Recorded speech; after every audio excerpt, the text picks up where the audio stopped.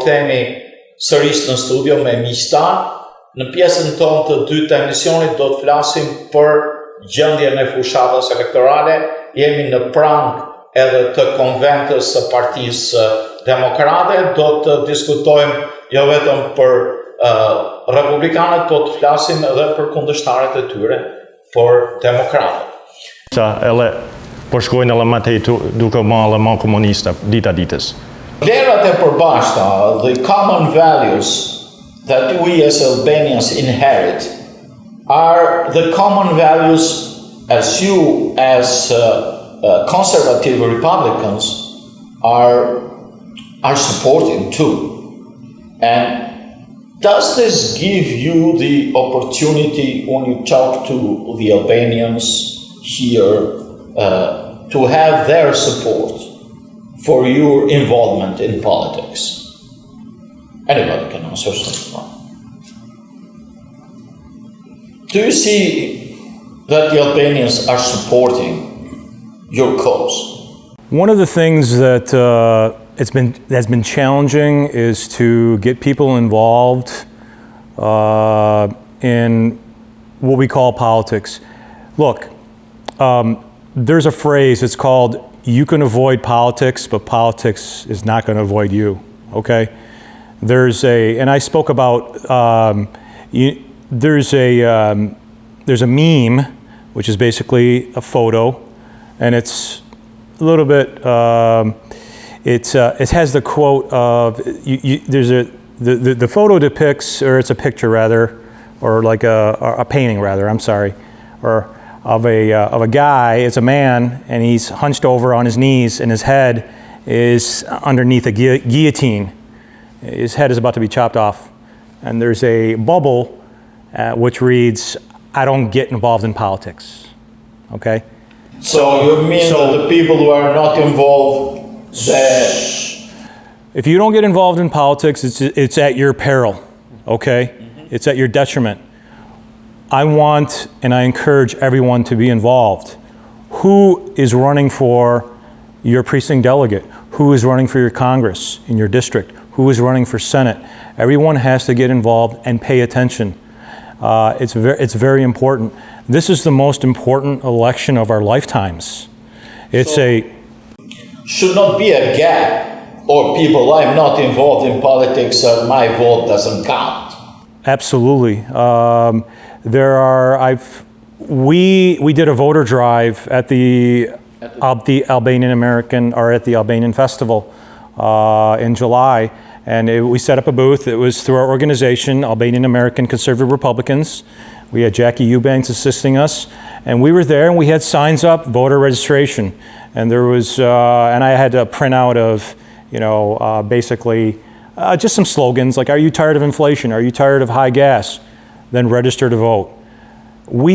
Everyone should take advantage of their right to vote. There's many countries where people don't have a right to vote. So it's your right. Get out, get registered, vote, make your voice heard, vote for your values, vote for those legislators rather, vote for those politicians who support your values. It's in your best interest. I talk to people who, I sent a text message to one of my friends, Mike Rogers, came to our church last Sunday. He's running for United States Senate. And we welcomed him, and I texted all of my friends that I could think of. I said, hey, Mike Rogers is coming. This is a very important election. And I'm not going to mention his name, but I said, hey, Mike Rogers is coming to our church. And he replied, who is Mike Rogers? And I explained to him who he was. He's the Republican candidate for United States Senate for our state. And that's just one person. And so every little bit counts. If all of us were to share that message on who's voting, or rather who's running for election in your community or your state, it would do a lot to influence the direction of our country. So it was just one person, but if you amplify that, with, okay, I notified him, perhaps he would let his wife know, or his children know, or his aunt, or his uncle. So, you know, we are a grassroots organization. We just want to get the word out. We want to educate people. We want to get people involved. We want to advocate for our community and for our state and for our country, just to make everything better. Okay, I have the opportunity, being with you here, that we are two people that support the law and order. So one of the problems of these 4 past years of Biden administration has been the rise of the crime. Sure. The rise of the crime in our neighborhoods. We are hearing different crimes that maybe was not heard, especially in my city, has been one of the quietest city, Stalingrad, where I live. But now I hear crimes. Now there is stealing cars in the neighborhood. So how is explained this increase of the crime? Any kind of crime. Maybe it's not the killings or something else, but also those. You have your own experience every day in Wayne County with different horrendous crimes that are happening now. And one of the issues, I was talking with Mark before, he said that in their department they need more deputies, they need more officers than they are, but there's an hesitation to be enrolled, to be a policeman, to be a sheriff. So I'll respond to that. So one has to only look at YouTube, watch the news, look at the media, and you can instantly see the vilification of the American policeman. The American police officer has one of the hardest jobs in the entire country or even the entire world. Back when the Ferguson, Missouri riots, there were several years ago, it was an officer who used force and ended up killing a man who had attacked him. And there was a lot of false narratives that were portrayed in the media against this policeman that turned out where this officer had acted in self-defense. He had faced multiple reviews of his use of force locally and even from the Department of Justice where he was cleared.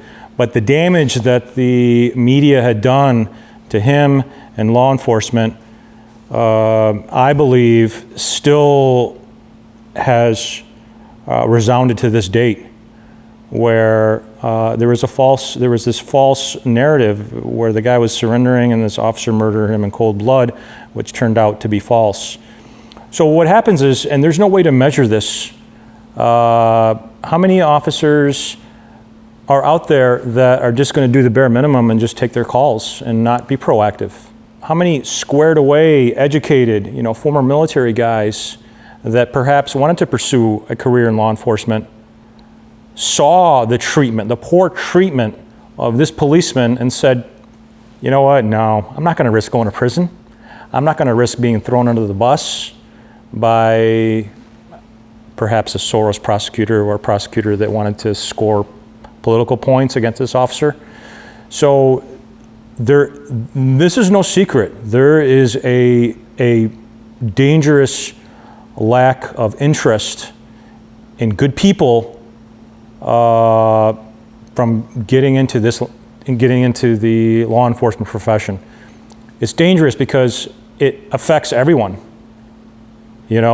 As a citizen, as a taxpayer, as a law-abiding citizen, I want the best and brightest to apply and to become a policeman to protect my family, my community, my children, or as a business person to protect their business. So, yeah, there's it's definitely an issue in this country. Robert, if you can talk, because you have passed a lot of cases under your scrutiny.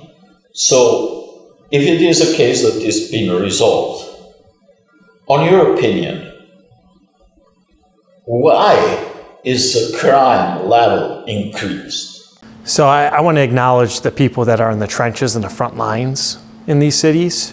And the true heroes in society, Raphael, are not professional athletes, are not celebrities, but it's the men and women that put on the uniform every day, that they're one phone call away when you're in a dire situation that they respond. And it's the men and women that serve overseas.